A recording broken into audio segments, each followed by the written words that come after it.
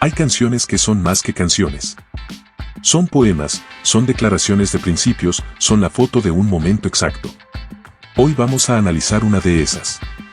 Muchacha ojos de papel de almendra. A primera escucha es una hermosa y delicada balada de amor. Y lo es. Pero en el fondo es mucho más. Es el retrato de un momento íntimo y trascendental. El de un adolescente pidiéndole a su novia que se quede con él en la cama hasta que amanezca. En esencia es una canción sobre la primera vez, sobre la entrega. Contada con una sensibilidad que para la época fue revolucionaria. Para entender su impacto tenemos que viajar a 1969. La juventud argentina empezaba a vivir su propia revolución sexual, chocando de frente con la moral superconservadora de la generación de sus padres.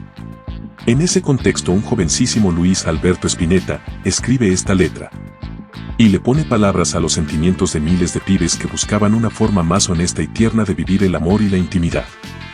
Ahora vamos a desentrañar algunas de las metáforas y lo que el propio Spinetta vio en su obra maestra.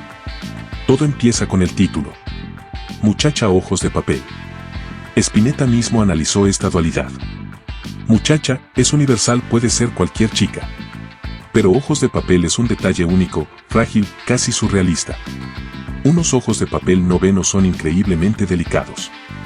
Años después, Spinetta conectó esta idea con lo que él llamó la carencia de orgasmo en la mujer argentina de los años 60. Una ceguera o un blindaje, producto de la represión de la época. En la canción la muchacha no puede ver y su amante se convierte en su guía. En el único que puede ver el amanecer. La letra nos invita a un mundo de una ternura abrumadora. Cuando él le pide, sueña un sueño despacito entre mis manos, está proponiendo una intimidad basada en la confianza total. El filósofo Alejandro Rositechner, analizando esta frase, decía que lo hizo llorar de emoción en su adolescencia. Es la idea de un sueño contenido, suave, que ocurre en la seguridad de las manos del otro, donde el tacto se vuelve más importante que la vista. La canción avanza en esa intimidad hasta llegar al verso Pechos de miel.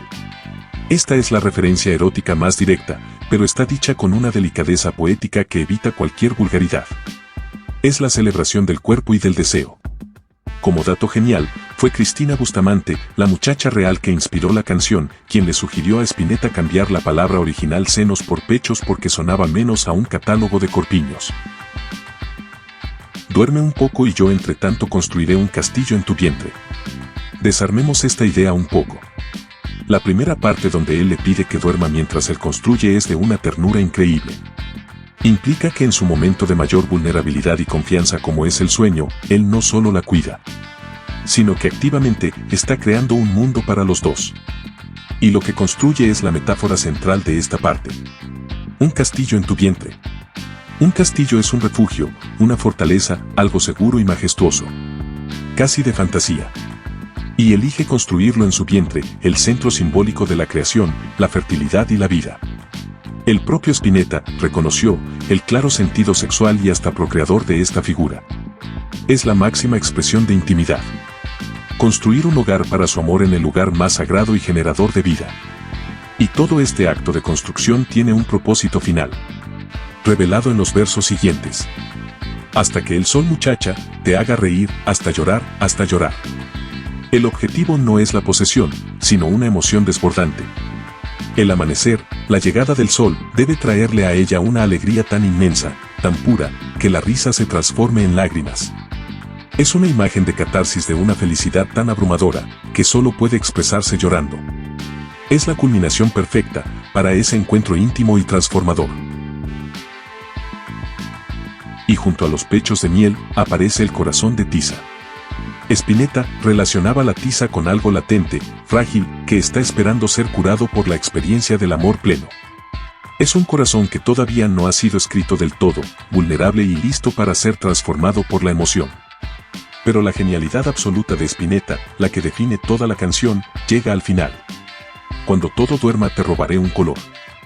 Después de toda la intimidad compartida, el acto final no es algo físico sino poético. No toma nada, sino que roba un color. La experiencia amorosa se convierte en un intercambio de esencias de almas de colores. Es la definición de una nueva moral amorosa, para esa generación basada en la emoción y la delicadeza. En resumen, Muchacha ojos de papel es una obra de arte con múltiples capas. Es la canción de amor tierna que todos conocemos, pero también es un manifiesto sobre la liberación sexual y emocional.